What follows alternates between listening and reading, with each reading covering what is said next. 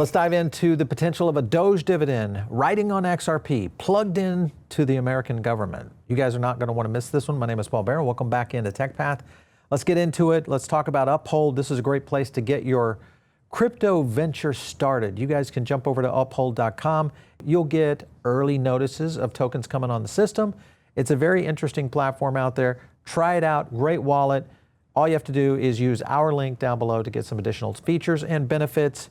Uphold.com. All right, let's go over to a couple of points I want to hit on right here. I went out with a tweet this morning and asked everybody when DOGE convinces Donald Trump to go on American blockchain for full transparency, which one would they select? Well, as you can see right there, this thing is still going, and it's XRP at 87.7% right now. Now, remember, this is only you have a max of 4 choices on X, so if you guys are out there checking out this poll, let me know in the comments on Twitter there, because there may be some other chains that you feel that might work for where this is going. I want to go to a clip real quick, because this is where it gets into the theme of what we're talking about today and how the government efficiency program is starting to make an impact. Take a look.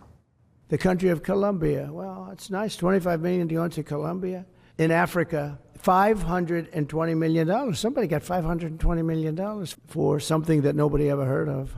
And behavior change in Uganda, 42 million. What about us? What about social change in our country? $10 million for circumcisions in another country.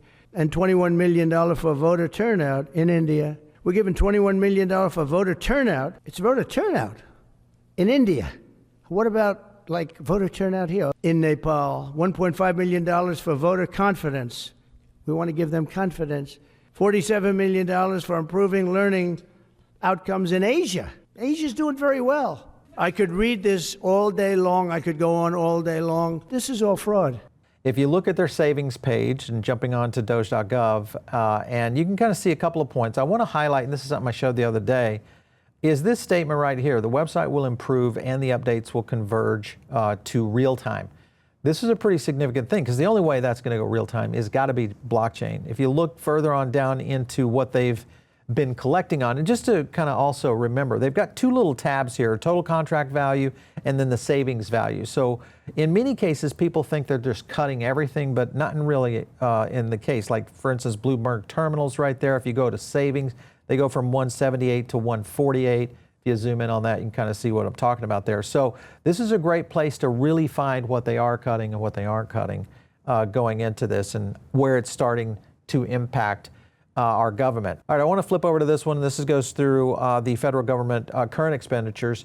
And you can, of course, we know what that is on the Q4 to our Q1 2020 and the explosion we had there. But we've also had some increases in 21. And then, of course, here we are since 22 with this continued. Now, there's mandatory expenses and there's non-mandatory expenses.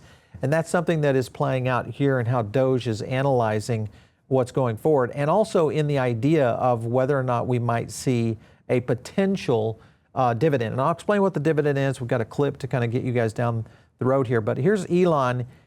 Tens of millions of people marked in Social Security as alive. This is crazy on the ages of these. If you look in this range right here, we'll just start at the 110. Let's give all those 100-year-olds, those 4.7 million 100-year-olds, the benefit of the doubt. And you go, let's go ahead and go to 110, 3,006,000, 120, 3,004,000, 130 years old, 3,009,000, 140 years, 3.5. The point is there are so many people or entities collecting Social Security that you could backfill this into a lot of the people that should be collecting it. And I think that's what Elon and the DOGE team is trying to do. So very interesting statements right now. I also want to jump over to a quick clip, because this is where Trump talks about the Social Security waste, and this is leading to a point that I'm getting at of how this could end up on a dividend. Take a look. When I saw the Social Security numbers, I said, wow, millions and millions of people over 100 years old. Everybody knows that's not so. From 210 years old, I haven't met any of them, and if I did, I would bless them. I would worship the ground they walk on. Now, the good thing about Social Security and what I read, if you take all of those numbers off, because they're obviously fraudulent, all of a sudden we have a very powerful Social Security with people that are 80 and 70 and 90, but not 200. DOGE Who resigned? investigations. The head of Social Security. Resigned or got fired? I think got fired. But when you have numbers like that, I think really it's got fired. They have to get fired. Who would keep them? How could you have numbers like this? All right, so he is right. Social Security head steps down over the DOGE excess. And if you look at it right here, King refused to provide DOGE staffers at the Social Security Administrator with sensitive information. I'm assuming that's his Social Security numbers, which are available out there. I think most people can get Social Security numbers. And that, of course, was apparently in what clearly is either negligence or just a pure cover-up. I don't know which it is, but either is bad in either way. So that, of course, is a step down. Here's the guy that replaced her, and this is a guy that is chairman of the board and chief executive officer over at Fiserv. Now, this is interesting because of the connections to where Fiserv could be going.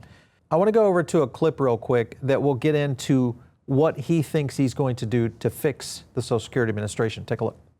You think you can turn around Social Security in the same way? This company, we do 2.5 trillion in payments a day, and Social Security pays 74 million Americans once a month for 1.5 trillion or so. So how do you make it more efficient? We just brought a great CIO in, who's a payments CIO, who I knew, and he's in there already. So it's going to be a technology story. I don't know that it's much different than the first data story.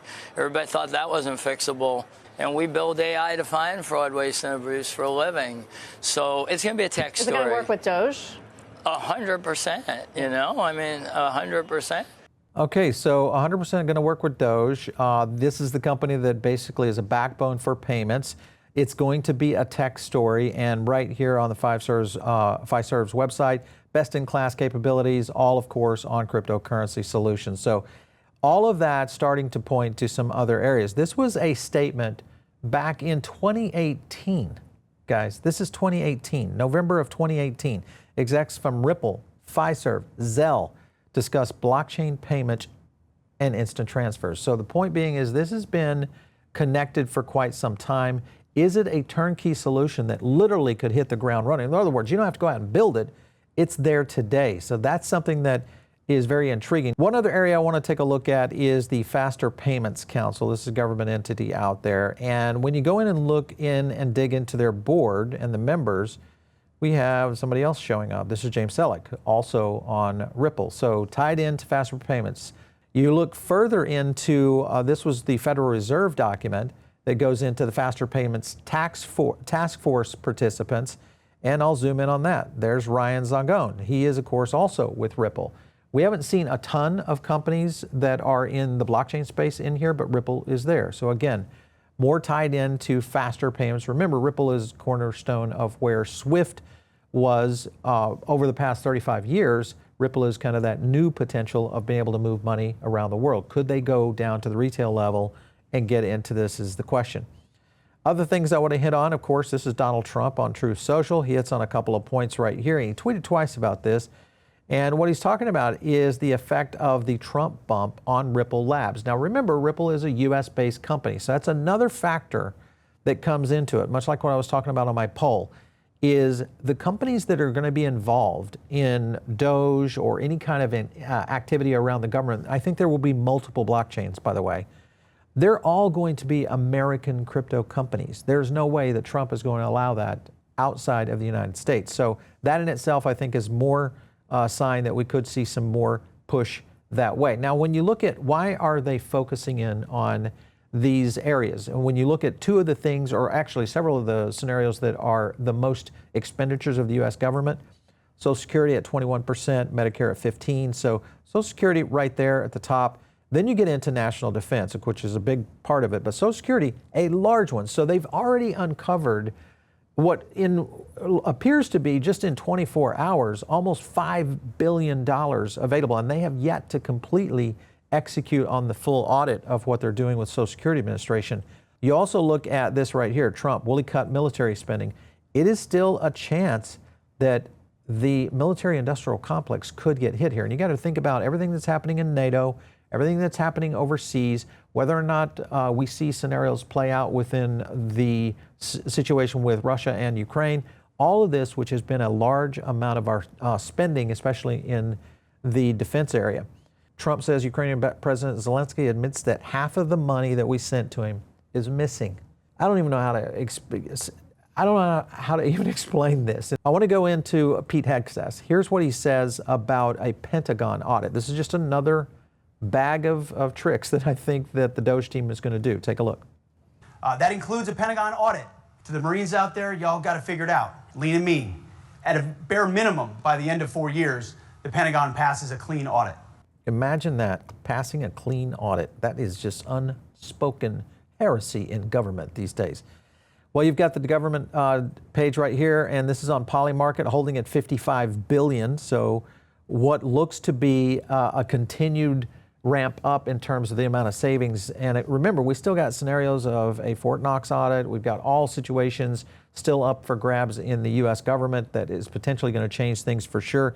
Elon is looking at the budget by at least 10% in 2025. This looks likely as it's going to be much more than 10% in 2025. The other thing I want to look at right here is something that was put out on Twitter. And it was basically a proposal that was designed around the DOGE dividend, is what we'll call it. I'm going to zoom in on this. And what it basically represented was $400 billion in DOGE-driven savings, which may end up being the true case. We're at $50 billion already, divided by 79 million tax-paying households. And this is the difference here. Tax-paying households versus the stimulus checks that went out during the pandemic, that went to pretty much every warm body. If, in fact, a $5,000 DOGE dividend, because that's what it would be, is a per check per household based on tax-paying households there. This would be huge. Now, so this was presented. This is the guy that did it. His name's James Fishback. And here was his plan right here. He pitched this up to Elon, and then Elon comes in and says, you know, this doesn't look so bad. I'll check with the president. So here's a clip of him, the creator of the DOGE dividend, of him explaining how this could work. Take a look. And it's really simple the way it works. You take all the money that DOGE saves, 80% of it goes down to paying the national debt, 20% goes back to taxpayers in the form of a refund check. So the first reason you need the DOGE dividend is because you have to do right by the taxpayers. They deserve a refund check for the money that they sent to Washington that was abused. Number two, you incentivize them to report abuse, waste, and fraud that they see in their own lives in the federal government, and that in turn drives up the total savings that DOGE delivers, and in turn drives up the DOGE dividend check. Number three, it restores the trust between the taxpayer and the federal government. There's a contract there. And then fourth and finally, because the DOGE dividend is contingent on that individual having paid federal income tax this year, it will actually incentivize labor force participation. If folks know that there's a $5,000 check coming next summer when DOGE wraps up its work, and they're on the sidelines now, that gives them every incentive to join the labor force, to start paying taxes, and in turn to get that $5,000 checks. And the best part is the inflationary risks just aren't there. Unlike the COVID stimulus checks, which were funded via deficit spending, borrowing money, these are funded exclusively with savings. For every $5 saved from DOGE, $1 goes to the taxpayer. So again, not funded by deficits. They're going to households that have paid federal income tax. In fact, when you look at these types of households, when they get a $5,000 check like this, they save, they don't spend it. They use it to pay down debt. They use it to create a rainy day fund. They use it to reorganize their life and their finances. Very different from the COVID stimulus checks that went to everyone. All right, so he's got a lot of very interesting points, and when you look at it on paper and also in reality, this is something that just makes so much positive sense, but so much common sense that it could actually happen. So that's the thing that looks to be the case. And again, as a reminder, this right now is $359.48 savings per taxpayer based on where we are just right now, which is only at 2.75% of the $2 trillion goal that they're trying to hit on. At the rate that all this is happening, it could be happening easily, maybe within the first year to 24 months. Okay, just as a reminder, these checks, if this were to happen, this would go out in the middle of next year, 2026. So after the audit is complete, timing is really interesting here. And what we were showing on screen was Donald Trump's signature on a check. And the idea is that if he could start to do this in a way that also could show the American voters that this is what you voted for and look what we're doing, imagine the impact that would have on the midterms. All right, so how much gold is there in Fort Knox? This is another topic that everybody's asking about, and this also leans into what could be happening on XRP as well. You can kind of see here what people are saying, but right now they think it's somewhere in the round of about 146 to 147 million ounces. So we'll see, troy ounces, excuse me, on that. It's interesting because we don't really know what is there. So if it's underreported, it could have this. And remember, this could have global impact on all kinds of markets, whether it's over the amount that we think is in there or under the amount. So we've loaned it out or leased it out. That's a big concern that everybody's having. Some people think, well, maybe there's no gold in Fort Knox. That's another factor that could play into this.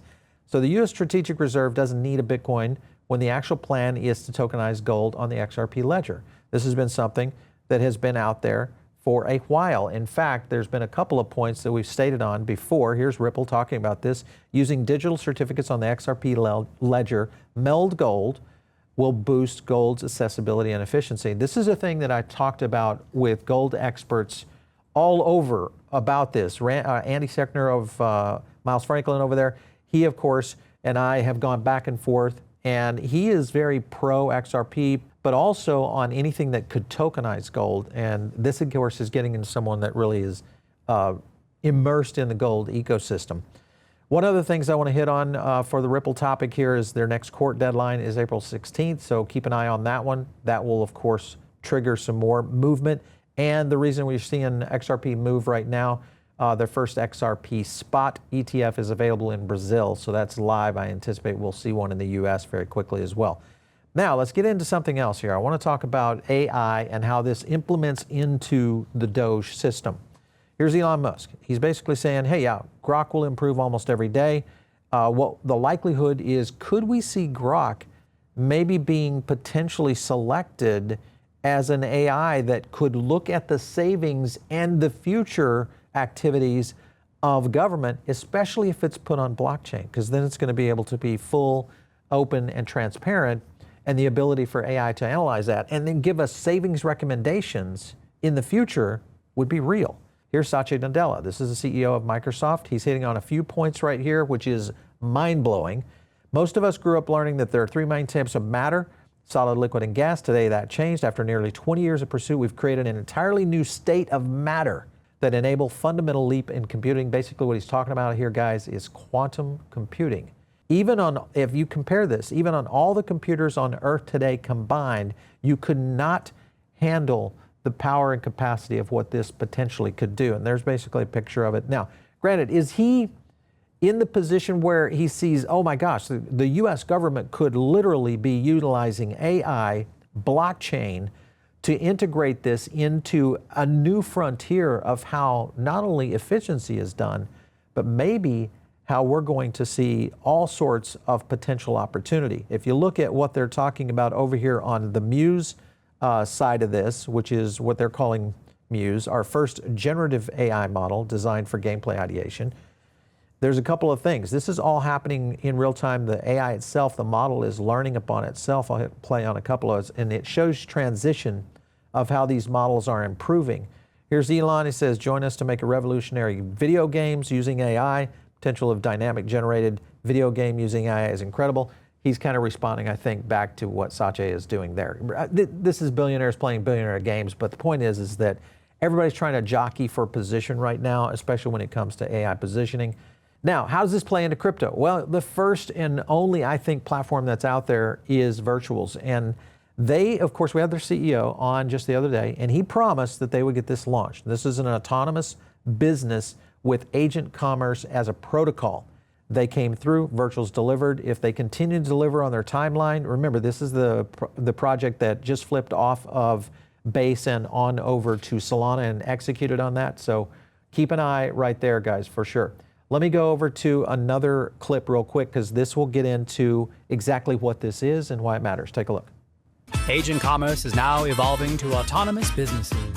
It's time for them to evolve. This is Lemo, an entrepreneur who wants to build his own lemonade stand. But to do that, he needs help. An AI farmer who can supply fresh lemons and an AI lawyer for a business contract. So he does what any smart entrepreneur would do. He looks for the right people. Introducing ACP, a system where AI agents can interact and transact with each other autonomously on the blockchain. Lemo needs business advice, so he searches for a lawyer AI agent, Lexi.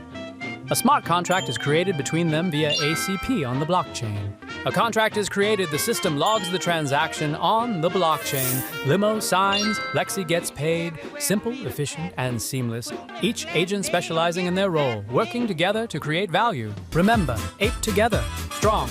All right, so guys, this is a very big transition of what could be happening in society as a whole. And where this could be going in the direction of is AI doing most jobs. You just saw what Virtual's doing in terms of agent-to-agent commerce.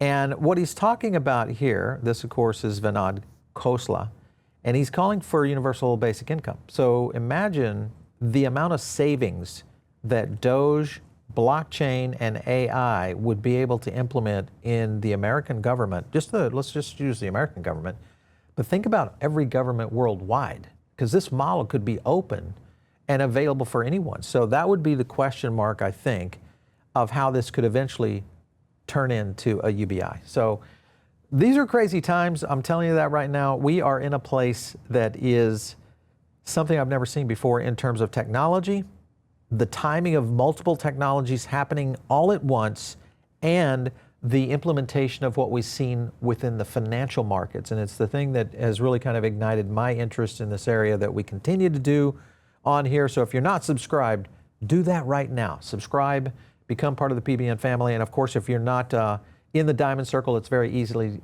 to get involved in on that. Just click the link down below. Follow us over on our Telegram, because that's where I am out there communicating with you guys. Somebody was on there today. Is Paul actually here? And I said, yeah, I'm right here, man. What's up? So just join down below. Follow me out on X, @PaulBaron. We'll catch you next time right here on TechPath.